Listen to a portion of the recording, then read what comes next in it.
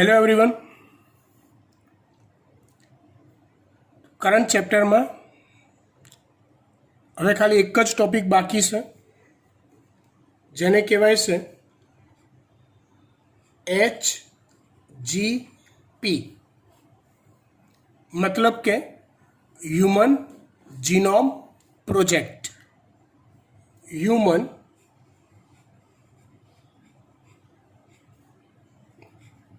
Genome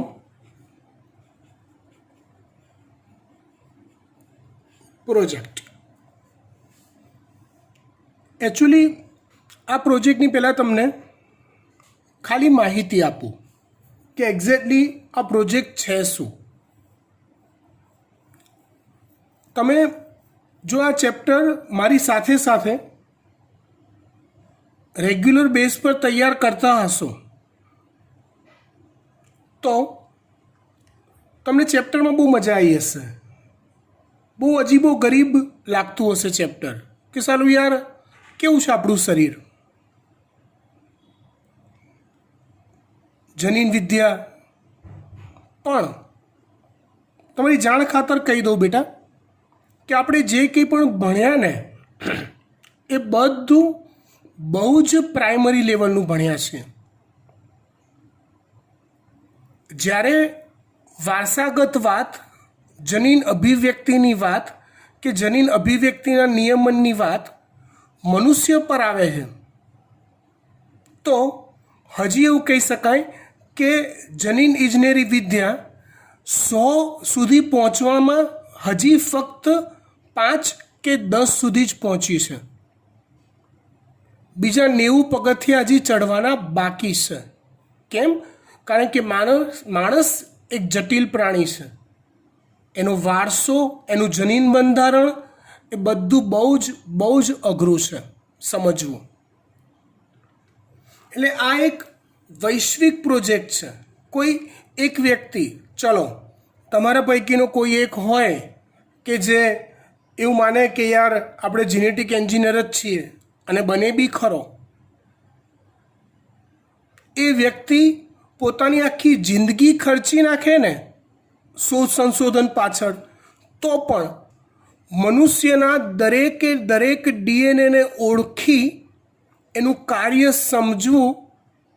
સમજાવવું tough task, next to impossible છે. HGP એક વૈશ્વિક ધોરણે નક્કી કરાયેલો પ્રોજેક્ટ છે. એવું એક ઇમેજિનેશન કરો કે વિશ્વના બધા જ જીનેટિક એન્જિનિયર્સ, કોઈક પ્રાઇવેટ સેક્ટરમાં કામ કરતા હોય એવા, ગવર્મેન્ટ સેક્ટરમાં કામ કરતા હોય એવા, એ બધાનો એક કોમન પ્રોજેક્ટ કે જેમાં માણસના, ચલો ટોટલ કેટલા રંગસૂત્રો, તો કે 23 જોડ. એ દરેક રંગસૂત્ર પર ટોટલ આવેલા જનીન કેટલા, એ દરેક જનીનમાં આવેલા નાઇટ્રોજન બેઝની પેર કેટલી, કઈ એ નાઇટ્રોજન બેઝ પરથી તૈયાર થતા સંકેતો કયા, એ સંકેતોને આધારે બંધારણીય જનીનને ઓળખવો, પ્રમોટરને ઓળખવો, નિગ્રાહકને ઓળખવો, એ સિવાયનું બીજું ઘણું બધું. તો વૈશ્વિક ધોરણે એક કોમન પ્રોગ્રામ હેઠળ, ધારો કે હું જીનેટિક એન્જિનિયર હોઉં તો મેં જે બી શોધ કરી, મેં જે બી સંશોધન કર્યું, એ બધું એક કોમન ડેટામાં મારે આપી દેવું પડે. એ ડેટાને રિલેટેડ ઉપયોગ બધા જ કરી શકે. દાખલા તરીકે હું તમને કહું, હું એઝ એ સાયન્ટિસ્ટ, ધારો કે હું એઝ એ સાયન્ટિસ્ટ પહેલા રંગસૂત્ર પરના 8મા ક્રમના જનીનનું કાર્ય ઓળખવાનું કામ કરું છું. તો દુનિયાના બીજા વૈજ્ઞાનિકો એ સિવાયના જનીનોને ઓળખવાનું કામ કરે. એનાથી બેનિફિટ શું થાય? ઝડપથી HGP પૂરું કરી શકાય, આ પ્રોજેક્ટ પૂરો થાય. બાકી તો શું થાય, હું 8માની શોધ કરું, 9માની શોધ કરું, 10માની શોધ કરું, એ બધાના કાર્યો ઓળખું. દુનિયાના બીજા કોઈ ખૂણે જાપાનમાં રહેલો કોઈ જેનેટિક એન્જિનિયર બી સેમ ટુ સેમ શોધ કરતો હોય તો માનવ કલાકો વપરાઈ જશે, પણ HGP પ્રોજેક્ટ ક્યારેય પૂરો નહીં થાય. તે પ્રોજેક્ટ પૂરો કરવો એના માટે આ એક કોમન પ્રોગ્રામ તૈયાર કરેલો છે. ટેક્સ્ટબુકમાં તમે વાંચશો ત્યારે વાંચવા બેસો ત્યારે પેન્સિલ લઈને વાંચવા બેસવાનું. અજાયબ વસ્તુઓ બહુ બધી મળશે તમને, પણ તમારે નીટમાં પૂછવા લાયક આંકડાકીય માહિતી, શાબ્દિક માહિતી પર અંડરલાઈન કરતા જવાનું. અહીંયા આપણે એમાંથી એવા મુદ્દાઓની ચર્ચા કરીએ છીએ કે જેને નીટ માટે અગ્રિમતા આપી શકાય. બાકીના જે વસ્તુઓ છે એ જ્યારે ટેક્સ્ટબુક તમારી ચાલશે ત્યારે તમને સોલ્વ કરાવી આપવામાં આવશે. પહેલી વાત કરીએ આપણે HGPના લક્ષ્યાંક.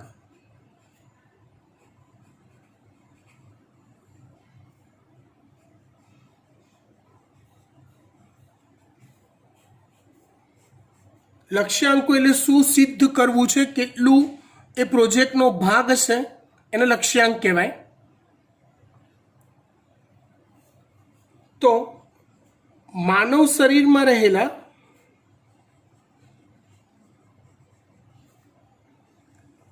20,000 થી 25,000 30,000 જેટલા પણ કહી શકાય જેટલા જનીનો જે છે એ દરેકે દરેક જનીનોને ઓળખવા. આ એક પહેલો ટાર્ગેટ છે. લક્ષ્યાંક એટલે ટાર્ગેટ જે અચીવ કરવો છે. ત્યાર પછી હ્યુમન જીનોમને બનાવતી, જીનોમ એટલે જનીન સમૂહ, જીનોમ એટલે જનીન સમૂહ, હ્યુમન જીનોમને બનાવતી 3 બિલિયન રાસાયણિક બેઝ જોડના ક્રમને ઓળખવા. માણસના જીનોમને બનાવતા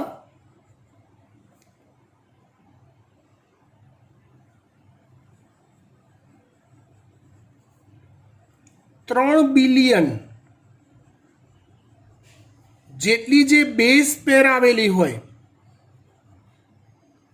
એ બેઝ પેરના ક્રમને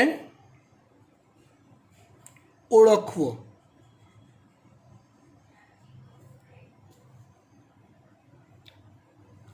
આ માહિતી જે મળે, આ માહિતીનો ડેટાબેઝ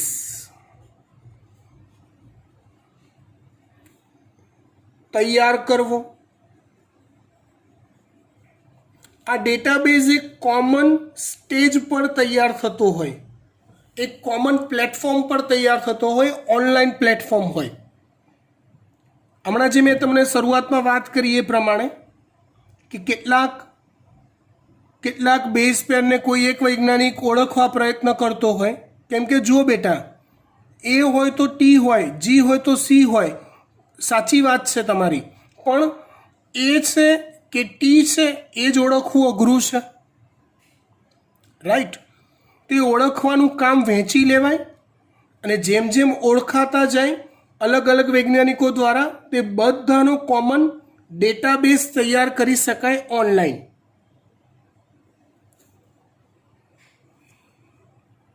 ત્યાર પછી જરૂર પડે તેવા ઉપકરણોને અપડેટ કરતા રહેવા.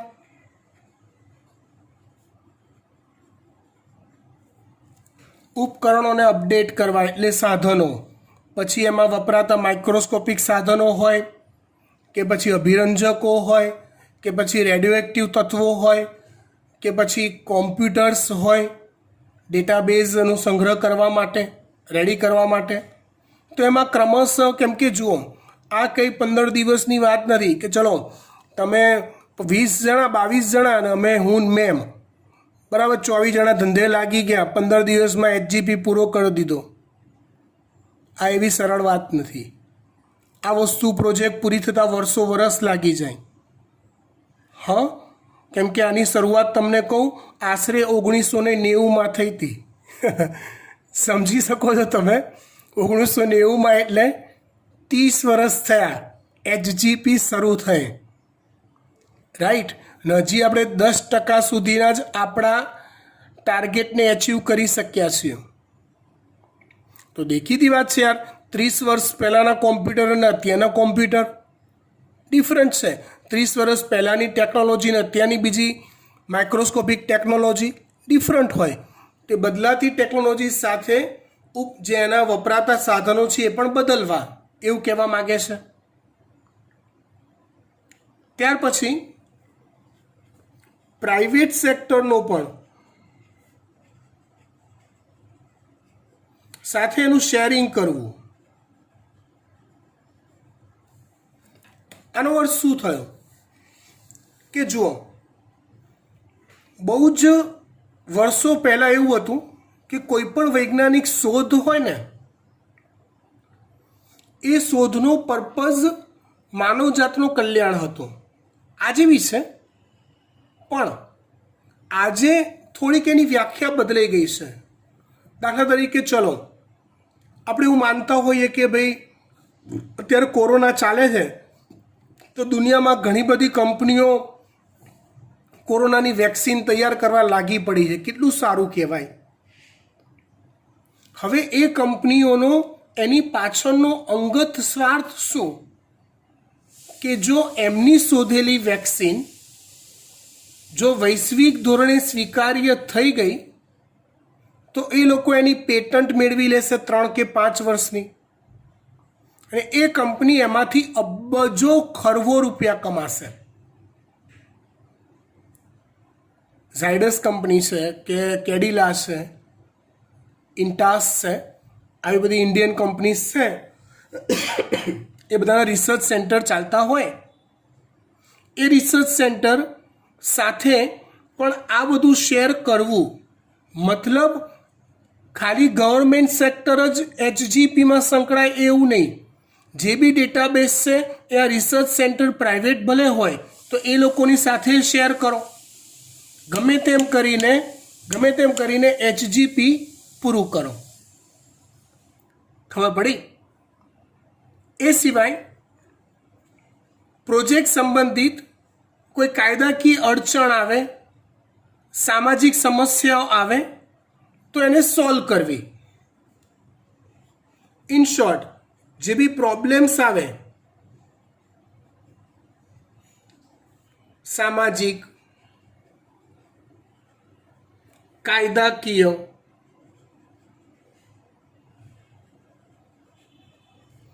નૈતિક, જે બી આવા પ્રોબ્લેમ્સ આવે એને સોલ્વ કરવા.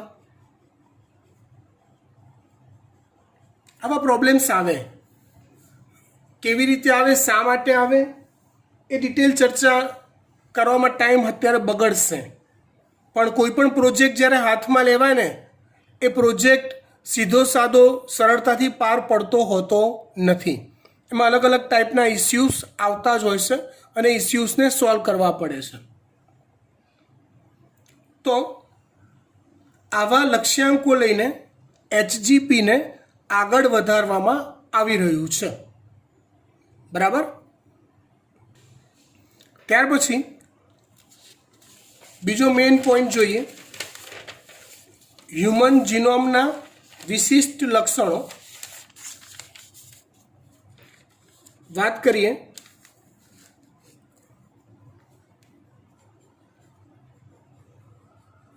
હ્યુમન જીનોમના વિશિષ્ટ લક્ષણો.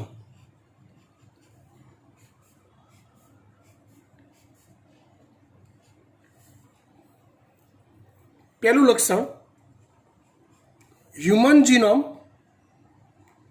3164.7 મિલિયન બેઝ પેર ધરાવે છે. 3164.7 મિલિયન બેઝ પેર ધરાવે છે. મિલિયન, 1 મિલિયનનો અર્થ થાય 10 લાખ. એટલે કોઈ પણ મનુષ્ય લઈ લઈએ તો એની અંદર એક કોષમાં આવેલા જનીનો કેટલા હોય? તો કે જનીનોમાં આવેલી બેઝ પેર ટોટલ સરવાળો કેટલો છે? તો કે 3164.7 મિલિયન બેઝ પેર આવેલી છે. મનુષ્યમાં સરેરાશ 30,000 જેટલા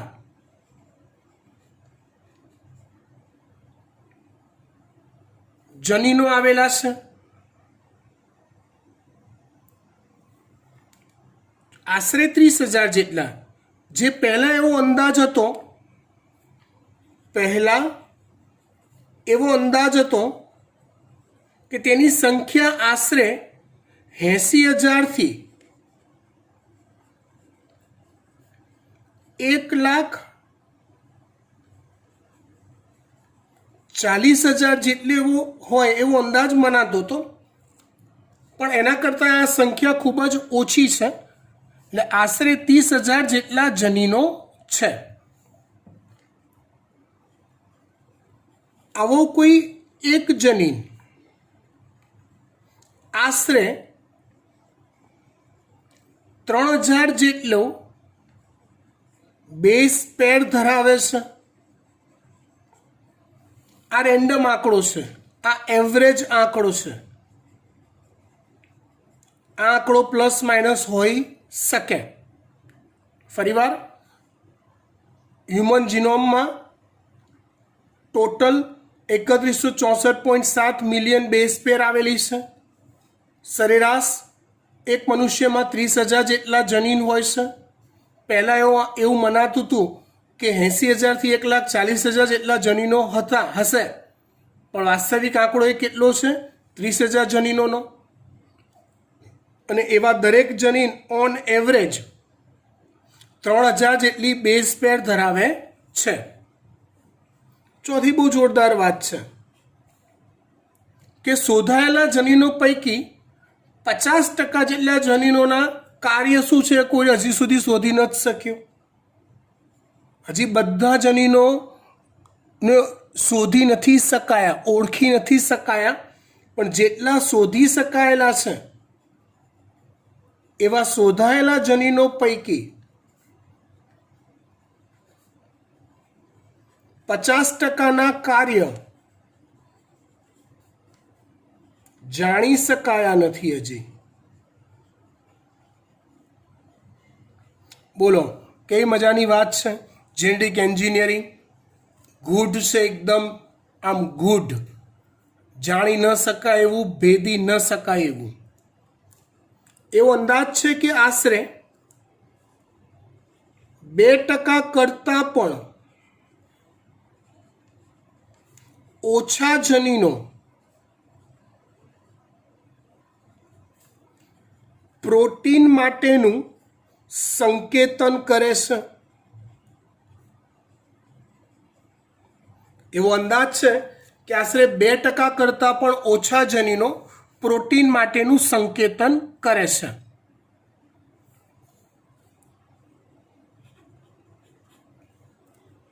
હ્યુમન જીનોમનો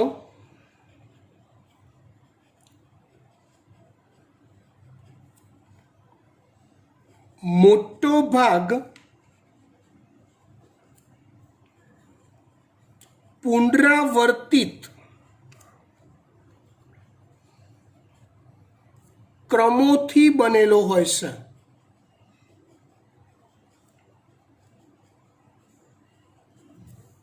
જેને VNTR કહેવાય છે. Variable number tandem repeats.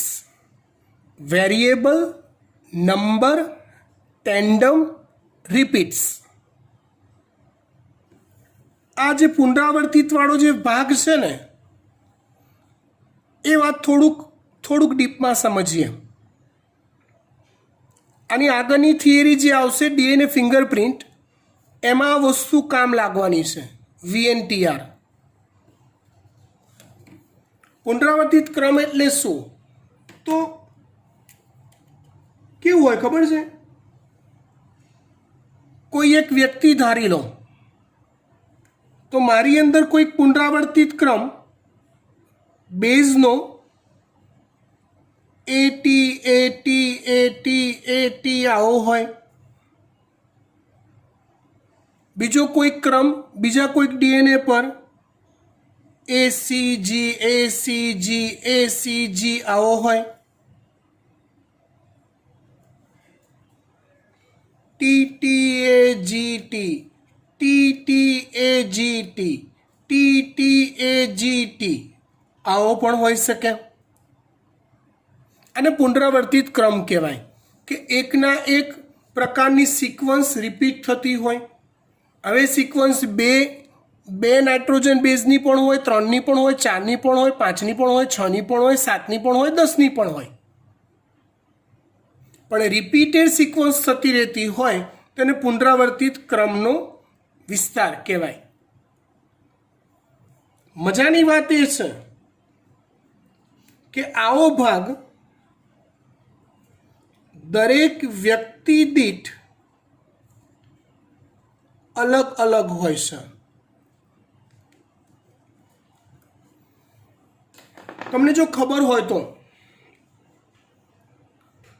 કે ઘણીવાર ડીએનએ ફિંગરપ્રિન્ટ શબ્દ આપણે સાંભળ્યો હોય છે. કોઈ ક્રાઇમ સ્પોટ હોય ત્યાં જેણે મર્ડર કર્યું હોય એ વ્યક્તિનો વાળ મળી આવ્યો હોય તો એ વાળના ટોચના ટોપકે, તળિયાના ટોપકે કોષો હોય, એ કોષો પરથી વ્યક્તિને ઓળખી શકાય કે આ કઈ વ્યક્તિનો વાળ છે. લાળ પડી હોય, બ્લડ પડી હોય, કઈ વ્યક્તિનું બ્લડ છે એક્ઝેક્ટલી એ શોધી શકાય. એ શોધવામાં ફોરેન્સિક લેબોરેટરીને ઓલું CID જોતા હોઈએ તો ડૉક્ટર સાલુંકે છે, તો એ સાલુંકેને એ વસ્તુ કામમાં લાગે છે. ધારો કે મને 10 વ્યક્તિઓ પર શક હોય કે ફલાણી વ્યક્તિનું મર્ડર થયું, એમાં 10 વ્યક્તિઓનો સમાવેશ હોઈ શકે, તો 10ની આવી પુનરાવર્તિત ક્રમની શૃંખલા સાથે સ્પોટ પર મળેલા વાળની કે બ્લડની પુનરાવર્તિત ક્રમની શૃંખલાને મેચ કરવામાં આવે તો એના પરથી શોધી શકાય કે કોણ ગુનેગાર છે. ઓકે, HGP ના વિશિષ્ટ લક્ષણોમાં 6 લક્ષણો કીધા. 7મું લક્ષણ કહું તો કે મનુષ્યમાં જે પ્રથમ રંગસૂત્ર છે, તમને ખ્યાલ હોય તો આપણે કેરિયોટાઇપ જોયું, તેમાં સૌથી મોટા કદના રંગસૂત્રોને પહેલાં મુકાય અને ક્રમશઃ નાના કદના આવતા જાય, એમ પછી આવતા જાય. તો જે રંગસૂત્રનું કદ મોટું, ઓબ્વિયસલી એમાં જનીનો વધારે સમાવેશ થતા હશે. તો જે પ્રથમ રંગસૂત્ર છે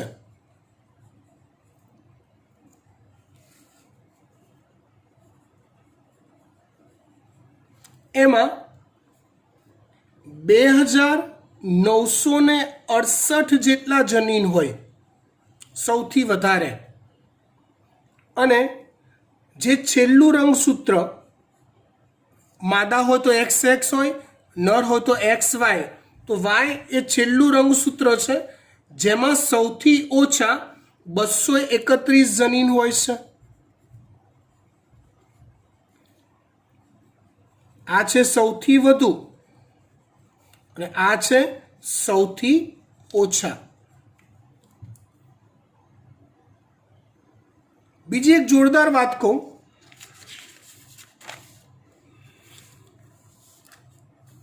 કે સંશોધન કરતા જનરલી આપણા મગજમાં એક ગ્રંથિ છે, એક માન્યતા છે કે ડીએનએ હોય ને, એ ડીએનએની અંદર હું તમને પૂછું કે ડીએનએમાં કેટલી પોલીન્યુક્લિયોટાઇડ શૃંખલા હોય તો તમે કહેશો 2. તો એવા ડીએનએને ડીએસ ડીએનએ કહેવાય, ડબલ સ્ટ્રેન્થ ડીએનએ. પણ કેટલાક ડીએનએ એવા હોય કે જે સિંગલ સ્ટ્રેન્થ હોય, જેને એસએસ ડીએનએ કહેવાય, જેને એસએનપીએસ પણ કહેવાય છે. શું કહેવાય? એસએનપીએસ. આખું નામ સિંગલ ન્યુક્લિયોટાઇડ પોલીમોર્ફિઝમ. શું કહેવાય? સિંગલ ન્યુક્લિયોટાઇડ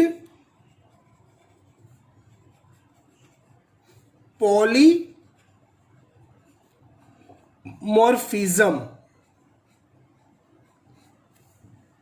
આવા ડીએનએ પણ મળી આવ્યા છે. બોલો તો કે ક્યાં? તો કે 1.4 મિલિયન જગ્યાઓ પર, 1.4 મિલિયન જગ્યાઓ એટલે કે 14 લાખ જેટલી જગ્યાઓ પર, રંગસૂત્ર પર 14 લાખ અલગ અલગ જગ્યાઓ પર એવા ડીએનએ છે કે જે સિંગલ ન્યુક્લિયોટાઇડ પોલીમોર્ફિઝમ છે.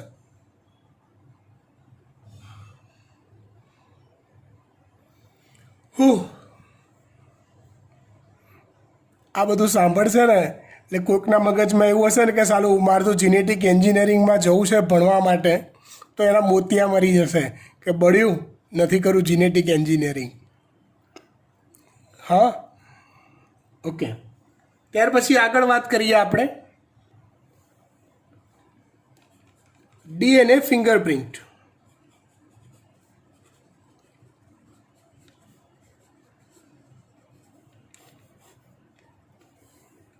મેં તમને હમણાં ચોખવટ કરી.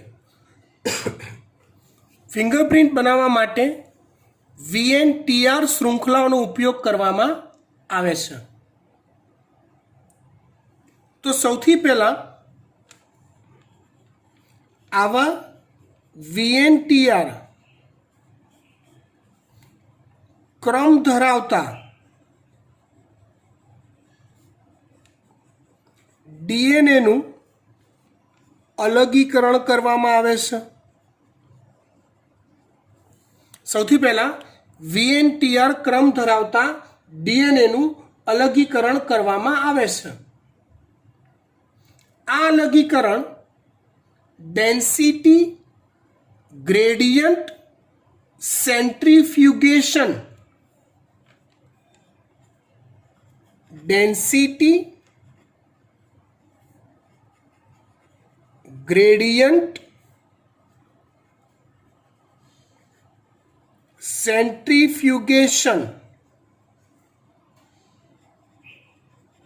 પદ્ધતિ દ્વારા આ અલગીકરણ કરાય છે.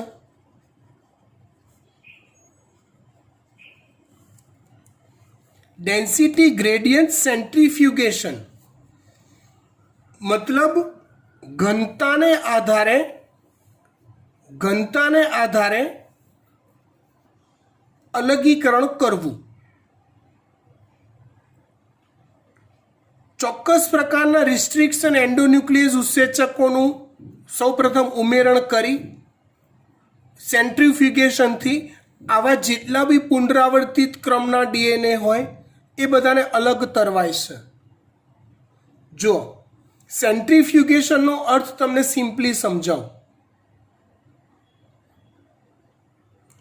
કે દ્રાવણને જ્યારે બરાબર હલાવવામાં આવે તો એમાં રહેલા સૌથી ઓછી ઘનતા ધરાવતા ઘટકો ઉપર રહે, મધ્યમ ઘનતા ધરાવતા વચ્ચે અને સૌથી વધુ ઘનતા ધરાવતા ઘટકો તળિયે રહે, આવું માનવામાં આવે છે. એવી જ આ પદ્ધતિથી સેન્ટ્રીફ્યુગેશન પદ્ધતિથી આવા VNTR ક્રમ ધરાવતા ડીએનએને અલગ કરવામાં આવે છે, જેમાં ડીએનએનો એક મોટો સમૂહ એ મુખ્ય શિખર બનાવે છે. અહીંયા કોઈ શિખર ના હોય, એક ઝુંડ, આમાં જેટલા બી મોટા પુનરાવર્તિત ક્રમ ધરાવતા ડીએનએ હશે ને, જેમાં પુનરાવર્તિત ક્રમની સ્ટ્રેન્થ લાંબી હશે, બહુ લાંબા પુનરાવર્તિત ક્રમ હશે, એ લોકોનો એક મોટો જથ્થો અલગ પડે છે, જેને મુખ્ય શિખર કહેવાય છે. એ સિવાય બીજા નાના નાના શિખર પણ અલગ પડે છે. આવા જે નાના નાના શિખર અલગ પડે તેને સેટેલાઇટ ડીએનએ કહેવાય છે. કયો ડીએનએ કહેવાય છે? Satellite DNA. આપણા કામમાં ઘણું ખરું સેટેલાઇટ ડીએનએ આવતા હોય છે. આ સેટેલાઇટ ડીએનએને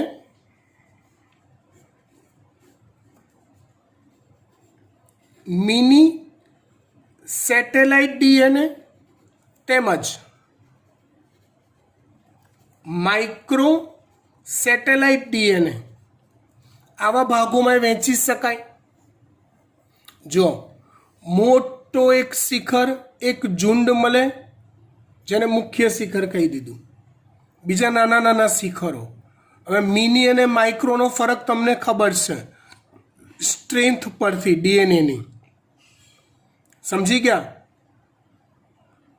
સેટેલાઇટ ડીએનએમાં પણ જે મોટા હોય મિની અને સાવ નાના હોય એને કહેવાય માઇક્રો. ક્લિયર? ઓકે. આમાંથી આપણે અગત્યની વાત જે આગળ મેં તમને કહી દીધી હતી કે દરેક વ્યક્તિ દીઠ આવી વીએનટીઆર શૃંખલાઓ જુદી જુદી હોય, ભિન્નતા ધરાવતી હોય. શું ધરાવતી હોય? ભિન્નતા. જે કંઈક અંશે વારસાગત પણ હોય છે. કંઈક અંશે વારસાગત પણ હોય. દાખલા તરીકે મારી વીએનટીઆર શૃંખલાઓ લઉં, કોઈ એક ચોક્કસ પ્રકારની માઇક્રો સેટેલાઇટ ડીએનએ મારા લઉં અને તમારા માઇક્રો સેટેલાઇટ ડીએનએ લઉં અને બંનેને પેરેલલ હું સરખામણી કરું તો એ ભિન્ન હશે. પણ મારું અને મારા પિતાનું, મારું અને મારી માતાનું જો હું માઇક્રો સેટેલાઇટ ડીએનએની કમ્પેરિઝન કરીશ એકબીજા સાથે તો સિમિલારિટી વધુ જોવા મળશે. આ મેથડનો ઉપયોગ બાળકના સાચા પિતા કે સાચી માતા કોણ છે એ નક્કી કરવા પણ થાય છે. તમે સિરિયલોમાં ને એ બધી જગ્યાએ આ બધું જોયું હશે કે બાળકનો જન્મ થયો હોય અને કંઈક ડાઉટફુલ કેસ હોય, સિરિયલોમાં બધું બહુ થાય, ત્યારે પછી એનો ડીએનએ ટેસ્ટ કરવાનું કે અદાલતમાં ને એ બધામાં બી આવા ડીએનએ ટેસ્ટ આવતા હોય છે. તો આ રીતે આ મેથડથી એના સાચુકલીના માતા પિતા કોણ છે બાળકના એ જાણી શકાય છે. આગળ વાત કરીએ તો સૌથી પહેલાં તો તમારે શું કરવું પડે તો કે ડીએનએનું અલગીકરણ કરવું પડે.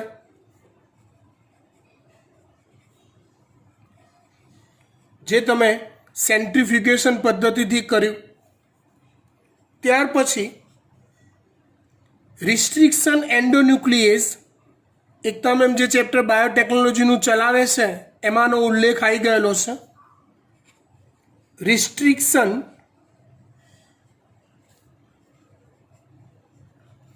એન્ડોન્યુક્લિએઝ દ્વારા ડીએનએનું પાચન કરવું પડે, મતલબ કે ચોક્કસ જગ્યાએથી એને તોડવું પડે. આવા તૂટેલા ડીએનએને એટલે કે અલગીકૃત ડીએનએનું નાઇટ્રોસેલ્યુલોઝ અથવા નાયલોન કલા પર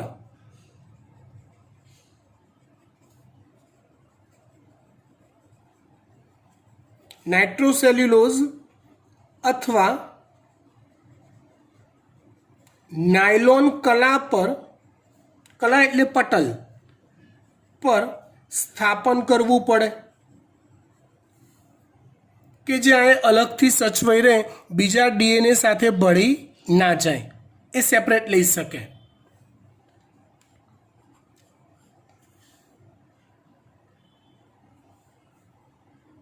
એ કરતા પહેલાં તમારે અહીંયા એકવાર ઇલેક્ટ્રોફોરેસિસ